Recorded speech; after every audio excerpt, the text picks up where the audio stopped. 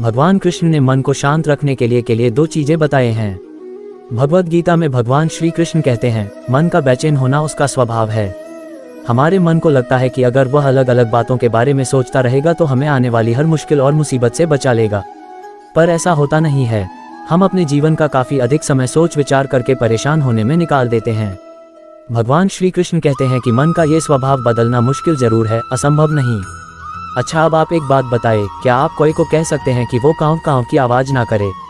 या फिर क्या आप किसी मेढक को कह सकते हैं कि वह पानी देखते ही ऊंची छलांग ना मारे? हमारे मन का भी कुछ ऐसा ही है। जीवन में कुछ भी होता है, अच्छा या बुरा, हमारा मन उस पर कांव कांव कांव करने लगता है। कांव कांव से मेरा मतलब है चिंता करना, व्याकुल होना। कोई बुरी बात होती भी नहीं है और मन परेशानी की ऊंची ऊंची लपटें लेने लगता है। कभी कभी तो मुझे ऐसा लगता है कि हम में से कई लोग सिर्फ परेशान होने के लिए जीते हैं। सारी परेशानी, पीड़ा, दुविधा अक्सर हमारी मन की बनाई हुई कहानियां होती हैं। भगवान श्री कृष्ण हमें हमारे मन को शांत और स्थिर करने के लिए दो उपाय देते हैं। पहला, ध्यान लगाना या मेडिटेट करना। दूसरा, वैराग्य भाव सीखना।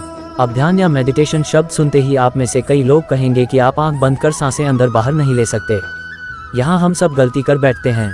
मेडिटेशन या ध्यान का मतलब सिर्फ आंख बंद कर बैठना नहीं होता। मेडिटेशन का मतलब होता है अपना पूरा ध्यान किसी चीज पर लगाना और उसे हटने नहीं देना। अगर आप रोटी बना रहे हैं तो सिर्फ उस बात पर ध्यान दीजिए।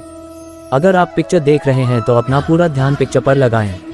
यह मत सोचिए कि पिक्चर देखकर आप अपना कितना वक्त बर्बाद कर रहे हैं। जब आप जीवन के हर छोटे बड़े काम को पूरे ध्यान से करते हैं तो आपका जीवन ही एक मेडिटेशन बन जाता है। ऐसे जीवन में शांति, स्थिरता, साहस और सफलता का होना अनिवार्य है। बोधि वृक्ष, अध्यात्म, धर्म, राशिफल, पंचांग, आरती, ग्रह नक्षत्र, धर्म कर्म, व्रत त्योहार, वास्तु फेंग शुई, हस्तरेखा, अन्य, फोटो, वीडियो, प्रवचन, बोधि वृक्ष, आरती, भजन, प्रेरक प्रसंग। Hindi news astro spirituality speaking tree Lord Krishna has told 2 ways to calm and stabilize the mind। मन को शांत और स्थिर करने के लिए भगवान कृष्ण ने बताए हैं दो उपाय।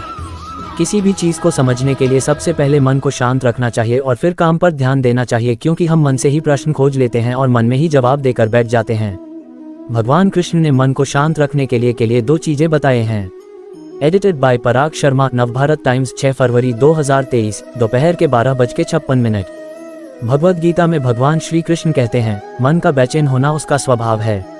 हमारे मन को लगता है कि अगर वह अलग अलग बातों के बारे में सोचता रहेगा तो हमें आने वाली हर मुश्किल और मुसीबत से बचा लेगा, पर ऐसा होता नहीं है। हम अपने जीवन का काफी अधिक समय सोच विचार करके परेशान होने में निकाल देते हैं। भगवान श्री कृष्ण कहते हैं कि मन का ये स्वभाव बदलना मुश्किल जरूर है, असंभव नहीं। Navbharat times, com, Krishna. भगवान कृष्ण की बातें। युवाओं में डायबिटीज, डील देखें। युवाओं में diabetes, shopping sale, mega electronics days 11-18 March, 80% तक छूट प्राप्त करें। डील देखें। क्या आप iPhone 15 जीतने के लिए लकी ड्रॉ का हिस्सा बनना चाहेंगे? डील देखें। अच्छा, अब आप एक बात बताएं, क्या आप कोई को कह सकते हैं कि वो कांव कांव की आवाज ना करे? या फिर क्या आप किसी मेढक को कह सकते हैं कि वह पानी देखते ही ऊंची छलांग ना मारे? हमारे मन का भी कुछ ऐसा ही है। जीवन में कुछ भी होता है, अच्छा या बुरा, हमारा मन उस पर कांव कांव कांव करने लगता है। कांव कांव से मेरा मतलब है चिंता करना, व्याकुल होना। कोई बुरी बात होती भी नहीं है और मन परेशानी की ऊंची ऊंची लपटें लेने लगता है। कभी कभी तो मुझे ऐसा लगता है कि हम में से कई लोग सिर्फ परेशान होने के लिए जीते हैं। सारी परेशानी, पीड़ा, दुविधा अक्सर हमारी मन की बनाई हुई कहानियां होती हैं। भगवान श्री कृष्ण हमें हमारे मन को शांत और स्थिर करने के लिए दो उपाय देते हैं। पहला, ध्यान लगाना या मेडिटेट करना। दूसरा, वैराग्य भाव सीखना। अब ध्यान या मेडिटेशन शब्द सुनते ही आप में से कई लोग कहेंगे कि आप आंख बंद कर सांसें अंदर बाहर नहीं ले सकते। यहाँ हम सब गलती कर बैठते हैं। मेडिटेशन या ध्यान का मतलब सिर्फ आंख बंद कर बैठना नहीं होता। मेडिटेशन का मतलब होता है अपना पूरा ध्यान किसी चीज पर लगाना और उसे हटने नहीं देना।